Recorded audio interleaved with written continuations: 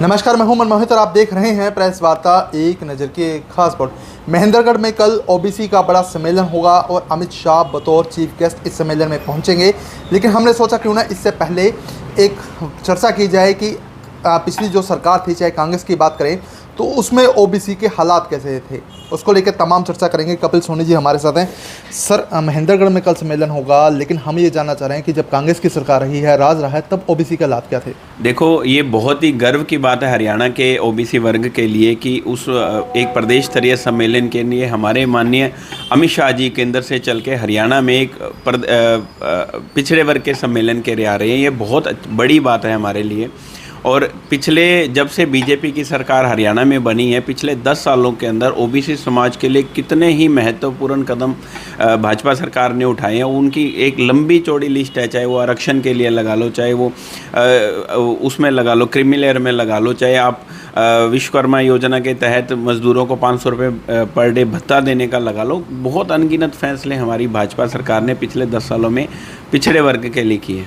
लेकिन कांग्रेस सरकार में किस तरह के हालात थे? देखो, कांग्रेस सरकार तो सिर्फ वो अपनी नीति पे चले, हम और हमारा परिवार, वो अपनी नीतियों पे चले। वो किसी भी परिवार, किसी भी वर्ग के बारे में नहीं सोचा। विशेषतः पिछड़े वर्ग को वहाँ पे दूर रखा गया, वंचित रखा गया, पिछड़े वर्ग के समाज को वंचित रखा गया। पिछले सभी सरकारों में, कांग्रेस की सभी जितने भी सरकारें हैं, इस सरकार ने नायब सिंह सैनी और मनोहर लाल जी के सरकार में जितना पिछड़े वर्ग के बारे में इन्होंने सोचा है, उतना कभी किसी ने नहीं सोचा।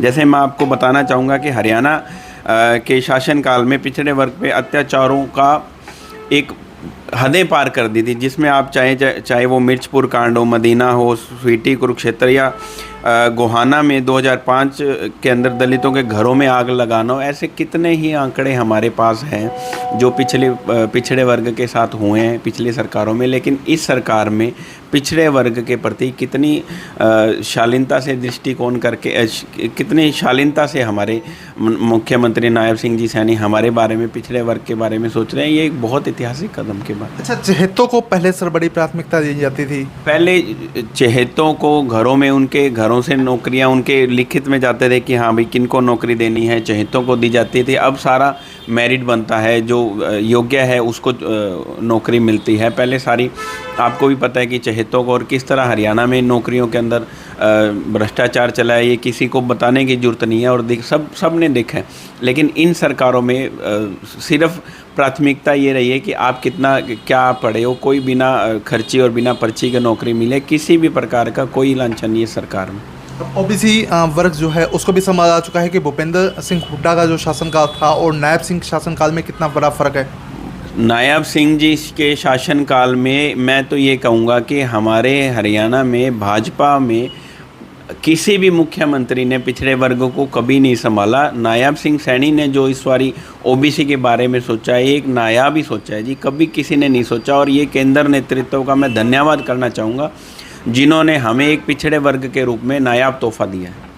तो बिल्कुल पहले के दौर में, पहले की सरकारों में ओबीसी वर्ग के किस तरह के हालात थे, किस तरह से नौकरियां मिलती थी, किस तरह से सम्मान मिलता था और क्या कुछ होता था, उस पर हमने तमाम चर्चा की है।